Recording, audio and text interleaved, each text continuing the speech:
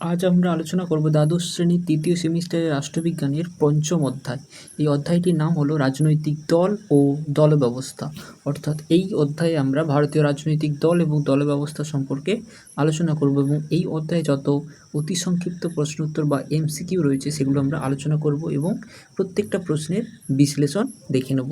প্রথমে যে প্রশ্নটা রয়েছে দেখো, দলীয় ব্যবস্থা অপরিহার্য কোথায়, মানে কোন ব্যবস্থাতে দলীয় ব্যবস্থা খুবই গুরুত্বপূর্ণ? সেটা হচ্ছে গণতান্ত্রিক ব্যবস্থাতে দলীয় ব্যবস্থা খুবই গুরুত্বপূর্ণ। এটা যদি রাজতান্ত্রিক ব্যবস্থা হতো তাহলে কিন্তু গণতন্ত্রের সেখানে কোনো মূল্য থাকতো না। গণতন্ত্রে একমাত্র দলীয় ব্যবস্থা খুবই অপরিহার্য। 2 নম্বর প্রশ্ন রয়েছে যে সর্বপ্রথম দল ব্যবস্থার উদ্ভব কোথায় ঘটেছিল? না, ইংল্যান্ড অর্থাৎ ব্রিটেনে সর্বপ্রথম দল ব্যবস্থার উদ্ভব ঘটে। 30 নম্বর প্রশ্ন রয়েছে যে ভারতে রাজনৈতিক দল ব্যবস্থা আনুষ্ঠানিক স্বীকৃতি লাভ করে কবে? অর্থাৎ আনুষ্ঠানিক মানে ভারতীয় যে দল ব্যবস্থা রয়েছে সেটি সংবিধানে কবে অফিসিয়ালি স্বীকৃতি লাভ করেছিল? সেটা হচ্ছে 1985 সালে 52তম সংবিধান সংশোধনের মাধ্যমে এই রাজনৈতিক দল ব্যবস্থার স্বীকৃতি ঘটে এবং এই সময় ভারতীয় সংবিধানে অ্যান্টি ডিফেকশন ল, যেটাকে দলত্যাগ বিরোধী আইন বলা হয়, সেটা যোগ করা হয়েছিল। তারপরে 4 নম্বর প্রশ্ন রয়েছে যে রাজনৈতিক দলগুলিকে কে স্বীকৃতি দেয়? অর্থাৎ ভারতবর্ষে যে রাজনৈতিক দল রয়েছে সেগুলিকে স্বীকৃতি দেয় কে? সেটা হচ্ছে নির্বাচন কমিশন, ইলেকশন কমিশন রাজনৈতিক দলগুলোকে স্বীকৃতি দেয়। 5 নম্বর প্রশ্ন, ভারতের রাজনৈতিক ব্যবস্থা কেমন? অর্থাৎ বিভিন্ন ধরনের যে রাজনৈতিক ব্যবস্থা রয়েছে, যেমন একদলীয় ব্যবস্থা, দ্বিদলীয় ব্যবস্থা, বহুদলীয় ব্যবস্থা, তারপরে প্রভুত্বকারী দল ব্যবস্থা, এইগুলোর মধ্যে ভারতীয় রাজনৈতিক দল ব্যবস্থা হচ্ছে বহুদলীয় ব্যবস্থা। কারণ কি? ভারতে বহু দল রয়েছে, অর্থাৎ অনেক রাজনৈতিক দল ভারতবর্ষে রয়েছে। যদি একদলীয় ব্যবস্থার কথা বলা হয় তাহলে বলা হবে যে চীনে একদলীয় ব্যবস্থা রয়েছে। যদি দ্বিদলীয় ব্যবস্থার কথা বলা হয় তাহলে দেখা যাবে ইউএসএ কিংবা ব্রিটেন, এই দুটো দেশে দ্বিদলীয় ব্যবস্থা দেখা যায়, আর বহুদলীয় ব্যবস্থা দেখা যায় ভারতে। তারপরে প্রশ্ন রয়েছে যে ভারতের দলত্যাগ বিরোধী আইন পাস হয় কবে? 1985 সালে 52nd কনস্টিটিউশন অ্যামেন্ডমেন্ট অ্যাক্টের দ্বারা, অর্থাৎ 52তম সংবিধান সংশোধনের মাধ্যমে ভারতে দলত্যাগ বিরোধী আইন পাস হয়েছিল। আর এই 1985 সালে দলীয় ব্যবস্থা অফিসিয়ালি স্বীকৃতি লাভ করেছিল। তারপরে 7 নম্বর প্রশ্ন রয়েছে জাতীয় দল হতে হলে ভারতের রাজনৈতিক দলকে অন্তত কটি রাজ্যে স্বীকৃতি পেতে হয়? অর্থাৎ ভারতে দল দুই প্রকার রয়েছে, একটা হচ্ছে জাতীয় দল আর একটা হচ্ছে আঞ্চলিক বা রাজ্য দল। এই জাতীয় দল হওয়ার জন্য একটি রাজনৈতিক দলকে কটি রাজ্যের স্বীকৃতি পেতে হয়? না, 4টি রাজ্যের স্বীকৃতি পেতে হয়। ভারতের কোন রাজ্যে প্রথম আঞ্চলিক দল সরকার গঠন করে? এটা অত্যন্ত গুরুত্বপূর্ণ প্রশ্ন। ভারতের যে কেরালা, অর্থাৎ বর্তমান নাম কেরালম হয়ে গেছে, কেরালা আর নেই, কেরালম রাজ্যে প্রথম আঞ্চলিক সরকার গঠন হয়েছিল, অর্থাৎ আঞ্চলিক কোনো রাজনৈতিক দল কেরালায় প্রথম সরকার গঠন করেছিল। তারপরে প্রশ্ন রয়েছে রাজনৈতিক সমস্যায় জনমত গঠন করা কাদের অন্যতম কাজ? রাজনৈতিক দলগুলোর অন্যতম কাজ হচ্ছে জনমত গঠন করা। কোন কোন দেশের দ্বিদলীয় ব্যবস্থা রয়েছে? একটু আগে যেটা বলছিলাম যে একদলীয় ব্যবস্থা রয়েছে কোথায়?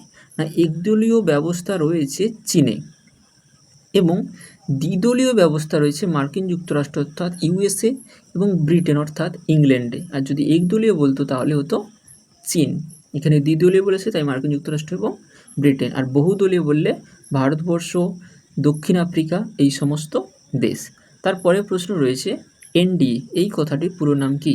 এনডিএ হচ্ছে বর্তমান কেন্দ্রে যে সরকারটা রয়েছে সেটা এনডিএ জোটের সরকার রয়েছে, national Democratic alliance, NDA government.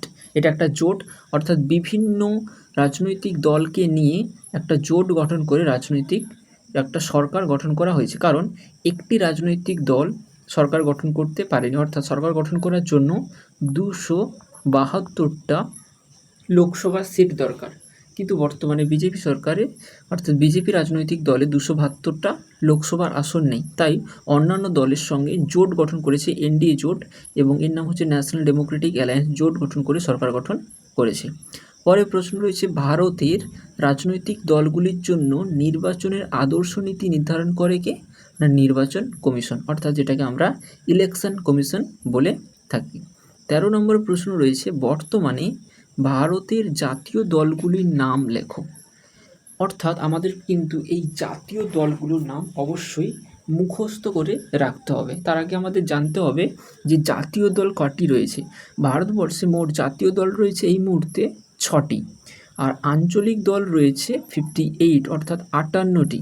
এই 6টি জাতীয় দলের নাম এবং তাদের এস্টাবলিশমেন্ট অর্থাৎ স্থাপনকাল এবং তাদের প্রতীক চিহ্ন কী সেটা অবশ্যই আমাদের মনে রাখতে হবে। জাতীয় দলের নাম কি? না প্রথম যে জাতীয় দলটি সেটি হচ্ছে বিজেপি অর্থাৎ ভারতীয় জনতা পার্টি, দ্বিতীয় হচ্ছে ভারতের কমিউনিস্ট পার্টি সিপিএম বা সিপিআইএম, ভারতীয় জাতীয় Congress INC, Indian National Congress, Bahujan Samajwadi party অর্থাৎ বিএসপি, আম আদমি পার্টি অর্থাৎ AAP, National People's party NPP.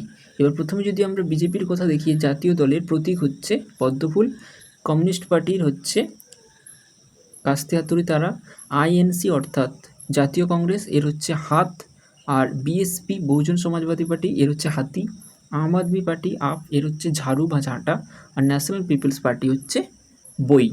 এগুলো আমাদের মনে রাখতে হবে এবং সালগুলো মনে রাখতে হবে। যদি ভারতীয় জনতা পার্টির কথা বলি তাহলে 1980, কমিউনিস্ট পার্টি 1964, আইএনসি 1885, বহুজন সমাজ পার্টি 1984, আম Aadmi party 2012, national People's party 2012। এবং এর পরের যে প্রশ্নটা রয়েছে সেই প্রশ্নটা হচ্ছে, ফরওয়ার্ড ব্লক হচ্ছে একটা রাজনৈতিক দল। এই দলটা কে গঠন করেছিল? নেতাজি সুভাষচন্দ্র বসু 1939 সালে কংগ্রেস থেকে বেরিয়ে গিয়ে এই ফরওয়ার্ড ব্লক নামক দলটি গঠন করেছিল। তারপরে রয়েছে, ভারতীয় রাজনৈতিক দলগুলিকে নির্বাচনী প্রতীক প্রদান করে কে? অর্থাৎ কোনো রাজনৈতিক দল তৈরি হলে তার যে প্রতীক হয় সেটি কে দেয় বা কে লাইসেন্স দেয়? সেটা হচ্ছে নির্বাচন কমিশনার বা ইলেকশন কমিশন।